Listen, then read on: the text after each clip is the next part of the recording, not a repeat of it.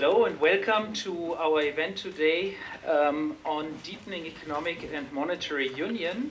We have the honor and pleasure to have Pierre Moscovici today with us. 2015, this year, the recovery enters in its third year, but it has not been able to break out the slow growth pattern that has defined it since its onset.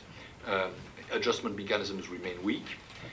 Deleveraging of private and public households is unfinished.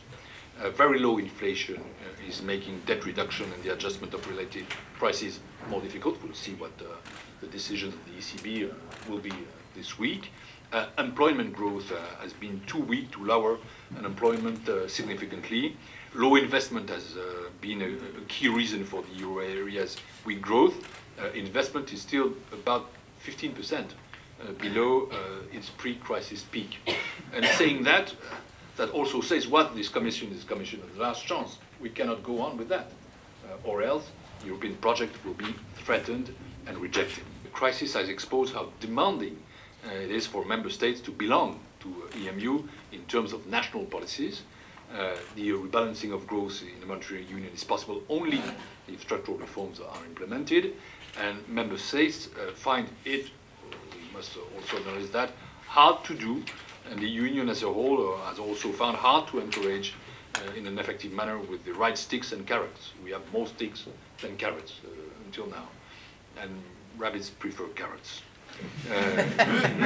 In my way, I do not compare member states to carrots, to rabbits, but obviously we need both.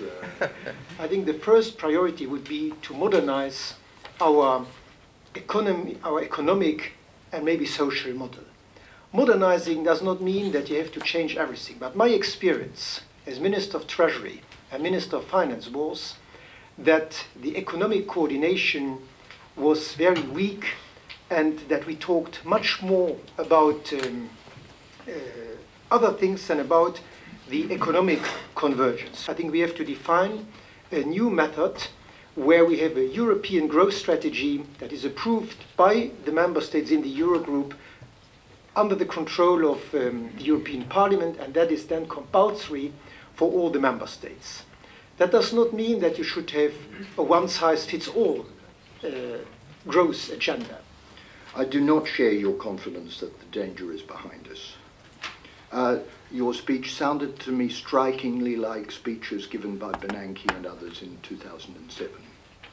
I'm still concerned about the position of Europe. Two things went badly wrong, and I here think we need to add to what you said. First of all, wages and prices did not remain in check, as Ottmar Issing had told us so clearly they needed to do. In Europe, the great moderation produced a great divergence. By 2008, relative costs and prices were out of line in some countries by 30 or 40%. Now, you said one sentence about this. You said structural reforms did not deal with this. With respect, this is a macroeconomic phenomenon. In these circumstances, interest rates in the South experiencing inflation, real interest rates fell, augmenting the boom. In Germany, the reverse, augmenting the restraint. The present situation, where we have so low growth, so little inflation, and such high employment, with such rising inequalities, is not a sustainable one. If there are no results on that field in the 5 years to come, the European project will be, as I said, rejected. I'm not here to say tout va bien. That's not my point.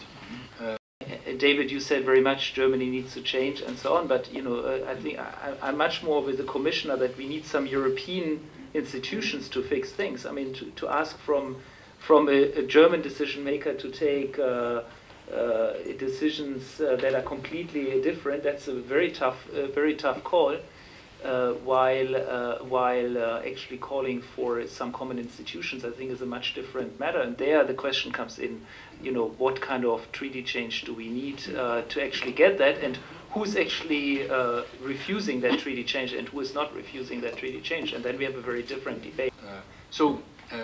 I don't think this is a correct way to address the question, to say, well, Germany must absolutely change. Obviously, with a sense of history, nobody can imagine Germany saying we need 5 points inflation in the future, because that's precisely what the German economic culture is built against. And so, well, we need to find ways. And the question is not a taboo, but it has to be addressed properly.